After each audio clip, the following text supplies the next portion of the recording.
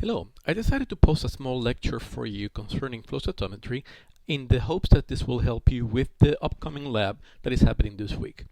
So, flow cytometry is a technique that I have used throughout my graduate career and postdoc, and is a very powerful technique that allows us to do a couple of things. Number one, it will allow you to quantitate cell populations based on their size, their internal complexity, and also the expression of cellular markers. We can look at proteins, we can look at lipids, we can look at DNA, RNA, you name it.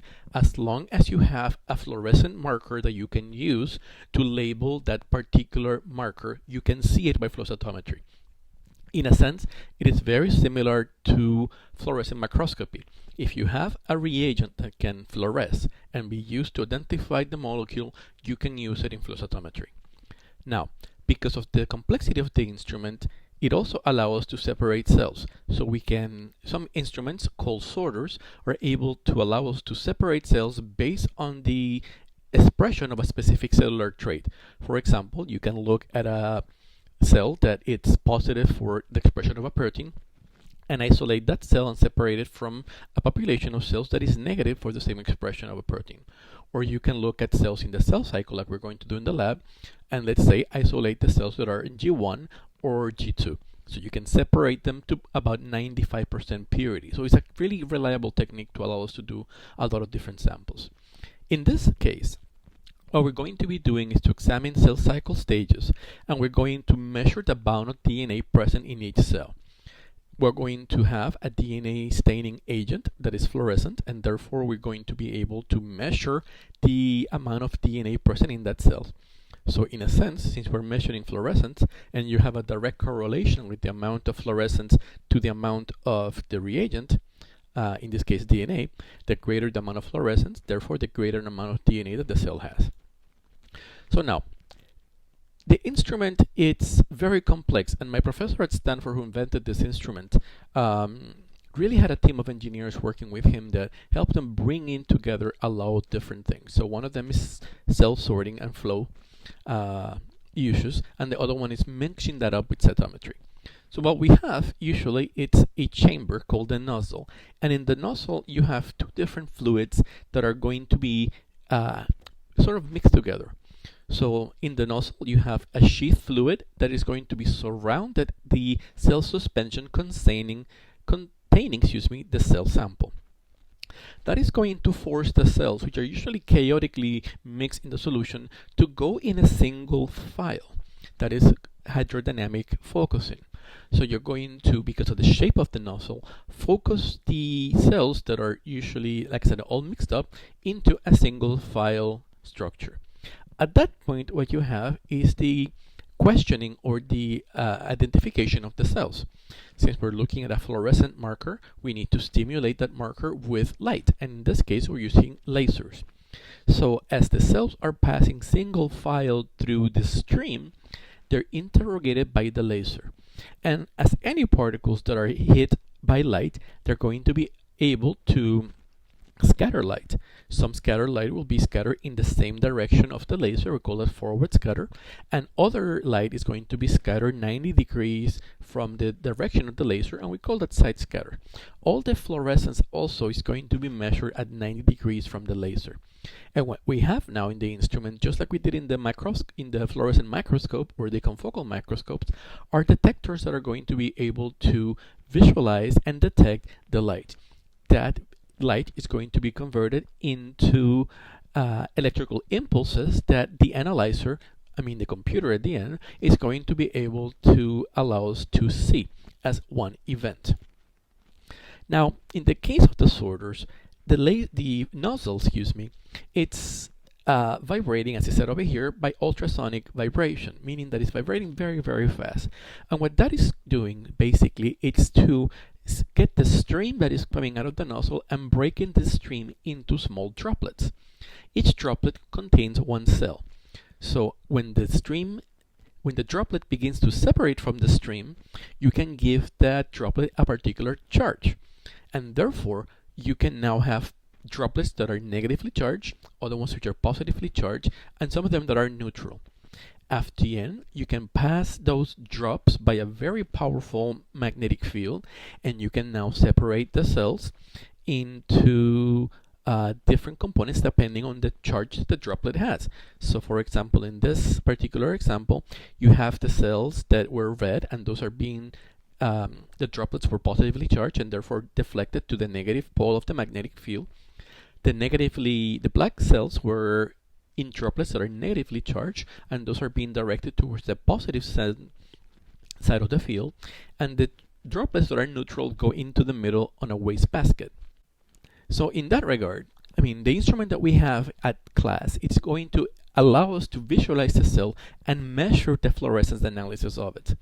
So you're going to be able to just take the sample and see what the cell's population is going to be in respect to the DNA. We're going to mark the sample with a dye called propidium iodide, and that dye binds to DNA. It actually intercalates DNA, which means that it goes in between the bases, and the more amount of dye that is present, that means that more DNA that is present.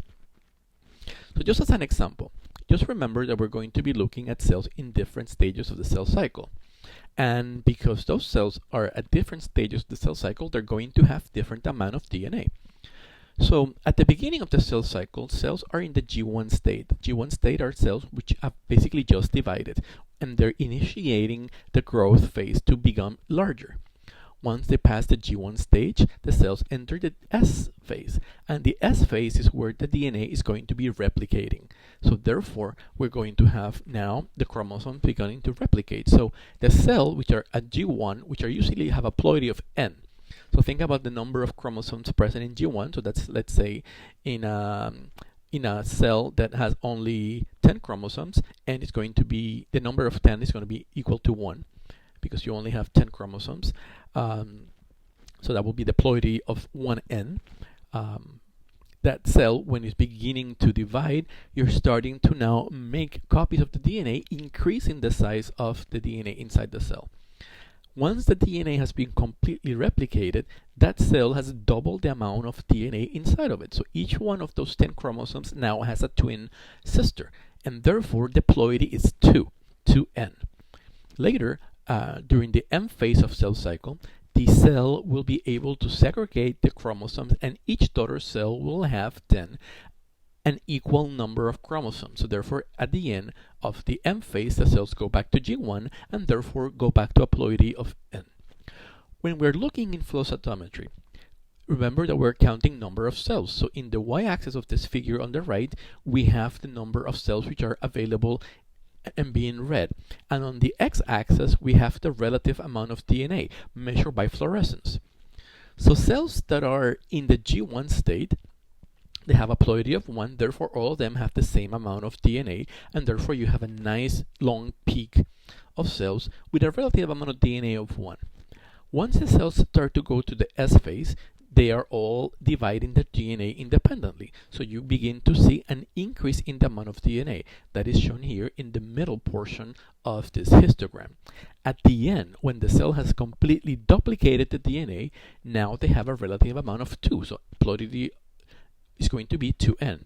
Therefore, the cells which are in G2 and the N phases right before cytokinesis, they have twice the amount of DNA than the cells that are present on G1. The cells which are dividing DNA here in the S phase are beginning to have various amount of DNA, and therefore you have a very long distribution of cells in the middle between the G1 and the G2 peaks. So this is a histogram. This is showing the number of cells that are falling within having one quantity of DNA here marked by 1 versus the cells here falling that are already that have already gone through G2 S phase, and are now present in G2. So they have now 2 N DNA, and then the ones in the middle that have the S phase. So let's take a little bit closer look at some actual data.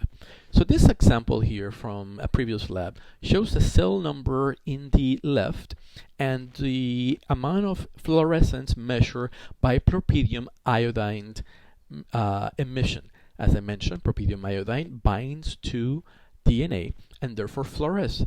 So here, marked in 200, this is the relative fluorescent intensity. You have the cells which are in G1, therefore they have only one pair of chromosomes for each of their chromosomes, and they have a ploidy of N. As the cells now go through the S phase, they begin to divide and accumulate DNA. And when they reach to the G2 and M stages, they have duplicated all their chromosomes. So now they have a ploidy of 2N, and therefore, as you can see, you have almost twice as much of DNA marked by propydium iodine here. So when the cells are in G1, you have close to about 200, and actually a little bit less. And here by G2M, they have about 400. So twice as much DNA in the G2M stage than in the G1 stage. So what I would like you to do is to take a moment and watch this 12-minute video that has been made by the company Life Technologies. It explains very clearly the concept of flow cytometry, and it's going to cover the system about fluidics, how the light sources are generated, basically the laser, the optics that the instrument uses, and how the data is visualized. So I really highly encourage you to watch this video before you complete the pre-lab and the lab. So this is the end of this small introductory lecture to flow cytometry.